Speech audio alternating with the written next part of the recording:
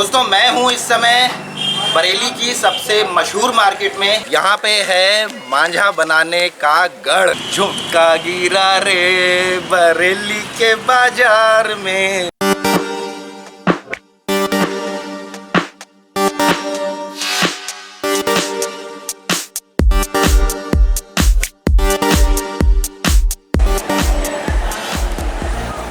नमस्कार दोस्तों, मैं हूं विनीत और आप देख रहे हैं यूट्यूब चैनल ब्लॉगर विनीत। तो दोस्तों उत्तर प्रदेश टूरिज्म लखनऊ की तरफ से इस वीडियो को किया जा रहा है स्पॉन्सर। तो इस वीडियो में मैं आपको दिखाऊंगा बरेली के बारे में, बरेली की कुछ खास चीज़ें और कुछ हैंडीक्राफ्ट से रिलेटेड चीज़ें। तो चलिए दोस्तों शुरू करते हैं इस वीडियो को।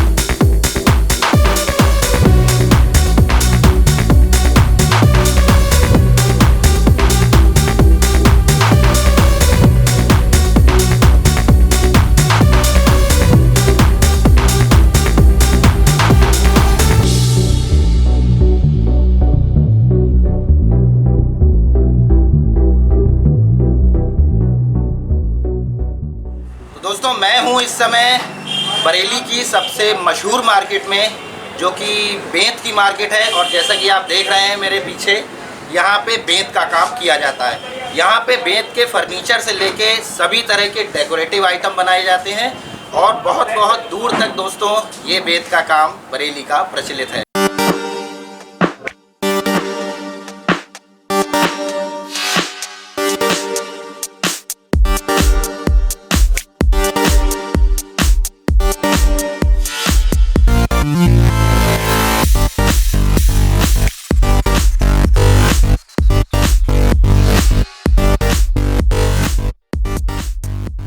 तो दोस्तों जैसा कि आप ये देख रहे हैं, ये बेंत का बना हुआ है, एक डेकोरेटिव आइटम है ये, और कितना प्यारा लग रहा है ये देखिए।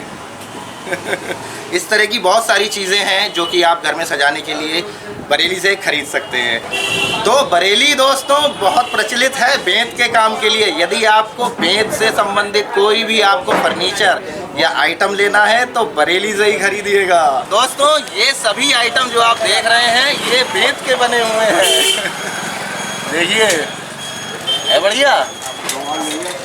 ये बेंत की कुर्सी तैयार हो रही है, बस इस पे वार्निश का काम किया जा रहा है, जैसा कि आप ये देख पा रहे हैं। और वार्निश होने के बाद इसमें जो शाइन आती है ना, एकदम अल्टीमेट। और दोस्तों आपको मालूम है कि बेंत सदियों तक खराब नहीं होता है। और ये जो कुर्सियाँ आप देख रहे हैं, और ये सोफ़ा बिल्कुल अभी बना है, आज ही बनाया गया है इसे, और पूरी तरह से ये बिकने के लिए तैयार है।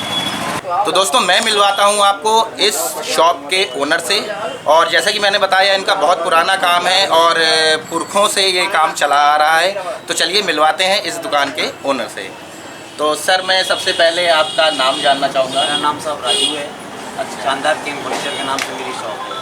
अच्छा। मुलाई की दुकान है, बरेली की सबसे पुरानी दुकान है। अच्छा। कम से कम 40-42 सालें हो गई हमें इस काम को करते। ये जो बेंत आता है, ये क्या बरेली में इसका उत्पादन होता है या बाहर से आता है? पैदावार जो होती है आसाम में होती है, सिर्फ आसाम में ही पैदा होता है, आसाम से यहाँ आता है। अच्छा अच्छा। यहाँ की मैन्युफैक्चरिंग है। अच्छा। कि इनका फर्नीचर बरेली की मशहूरी और आपका सुरमा, यही दो चीज़ें मशहूर बरेली की। बिल्कुल सही। तो दोस्तों जैसा कि आपने देखा कि सबसे पुरानी दुकान है ये बरेली में बेंत की, और जानकारी देने की कोशिश करिए कि बरेली में ये जो काम है ये सदियों से चला आ रहा है। तो चलिए दोस्तों बढ़ते हैं अपनी अगली डेस्टिनेशन की तरफ और दिखाते हैं आपको बरेली का अगला सबसे प्रसिद्ध आइटम। तो दोस्तों मैं हूँ इस समय बरेली के बाकरगंज के हुसैन बाग में, और यहाँ पे जैसा कि आप देख रहे हैं मेरे पीछे, यहाँ पे है मांझा बनाने का गढ़। यहाँ पे बहुत बड़े पैमाने पे दोस्तों मांझा बनाया जाता है, और मैं दिखाऊंगा आपको कि किस तरह से मांझा बनाया जाता है और क्या प्रक्रिया है मांझा बनाने की। तो चलिए देखिए।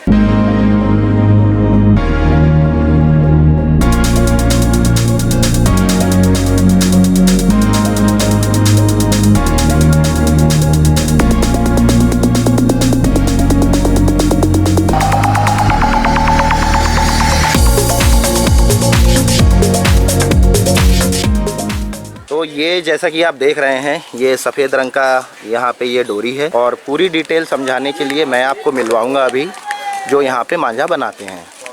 ये देखें, इस तरह से ये मांझा बनाया जाता है, और पूरे इलाके में जैसा कि आप देख रहे हैं इस तरह की हट्टियाँ लगी हुई हैं जहाँ पे कि ये मांझा बन रहा है।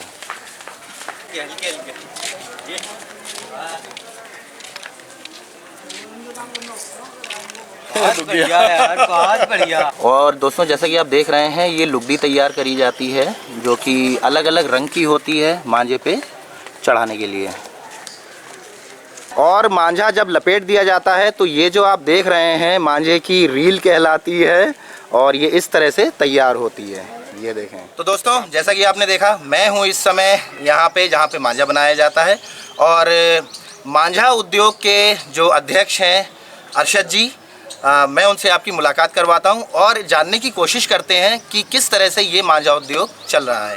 तो अरशद जी मुझे थोड़ा सा ये बताइए कि ये मांझा जो आप बना रहे हैं इसमें जो मैं देख रहा हूं कि एक वो गोल लुगदी सी है, उसमें क्या क्या चीज़ें मिलाई जाती हैं? देखिए ऐसा है कि हमारा जो मांझा तैयार होता है जड़ी बूटियों से तैयार होता है। लुद्दी के अंदर जो है जैसे तज है, इसगोल है, अच्छा, और पत्थर का इस्तेमाल करते हैं और रंग का और ये चीज़ का है और चावल का। अच्छा, चावल की माड़ इस्तेमाल करते हैं। अच्छा, इस चीज़ से हम ये लोग लुद्दी बनाते हैं और मांझे को तैयार करते हैं।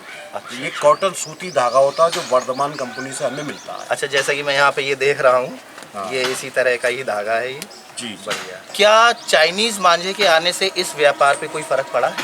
चाइनीज़ मांझे आने से इससे व्यापार पे ये फ़र्क पड़ा कि चाइनीज़ मांझा एक जो है एक सस्ता चीज़ है जी, और सस्ते की वजह से उसकी सेल ज़्यादा हो गई। इसकी मार्केट में वैल्यू कम हो गई। हाँ, वो आज के टाइम में 100 रुपये में वो मशीन द्वारा तैयार होता है बेंगलोर के अंदर। अच्छा, और तुम्हारे लुधियाना के अंदर और अच्छा, जमाव पे जैसे कि बनाते हैं वहाँ से तैयार होता है। अच्छा, और तैयार होने के बाद वो जो गिट्टा है वो उसका 100 रुपये में 150 रुपये में गिट्टा मिल जाता है। हमारे यहाँ लेबर तैयार करती है और लेबर हाथों से तैयार करती है तो इसमें हमें महंगा पड़ता है। जी जी, तो वो हमारा महंगे की वजह से हमारे इस कारोबार पे बहुत काफ़ी असर पड़ा है। अच्छा अरशद जी मुझे एक आखिरी चीज़ और बताएं, क्या ये मांझा अपने देश के बाहर भी एक्सपोर्ट किया जाता है? हमारे देश से जो इंडिया से जो बाहर लोग जो जाके सर्विस कर रहे हैं आज वो यहाँ से माल मंगा के वहाँ पर भी शौक करते हैं। अच्छा, जैसे आपके दुबई है, हाँ, ऑस्ट्रेलिया है, फ्रांस है जी, इन जगहों पे बरेली से यूपी से मांझा काफ़ी तादाद में वहाँ पर बाहर के विदेश के लिए एक्सपोर्ट होता है। बहुत बढ़िया। तो जैसा कि दोस्तों आपने देखा अरशद जी ने कितने डिटेल में हमें ये जानकारी दी है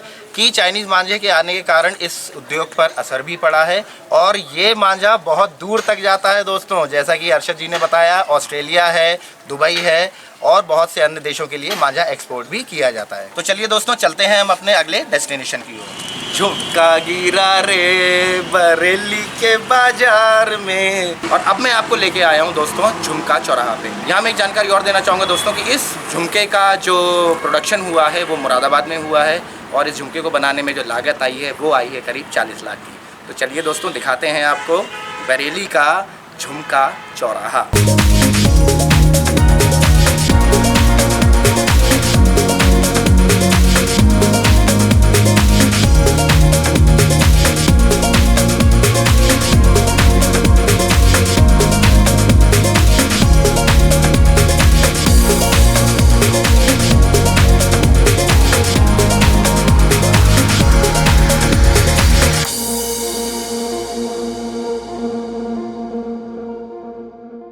दोस्तों जैसा कि मैंने आपको बताया ये है झुमका चौराहा और यहाँ से रामपुर मुरादाबाद के लिए सड़क जाती है और ये जो सीधी सड़क जाती है बरेली अंदर के लिए जाती है।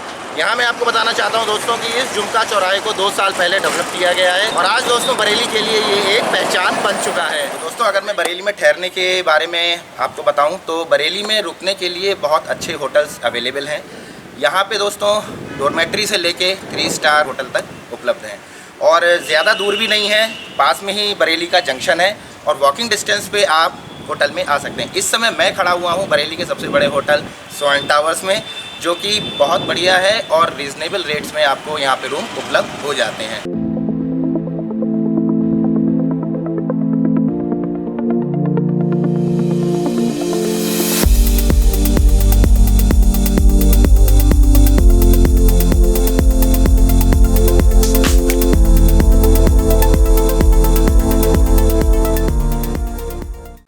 तो ये जो सड़क आप देख रहे हैं दोस्तों ये सामने जंक्शन है और जंक्शन से वॉकिंग डिस्टेंस पर ही सबसे पहले जो होटल पड़ता है वो है आपका होटल स्वर्ण टावर्स और इसी लाइन में यदि मैं आगे चलता हूँ तो दोनों साइड होटल्स डॉर्मेट्रीज़ वगैरह हैं और सभी तरह के बजट होटल्स यहाँ पे उपलब्ध हैं।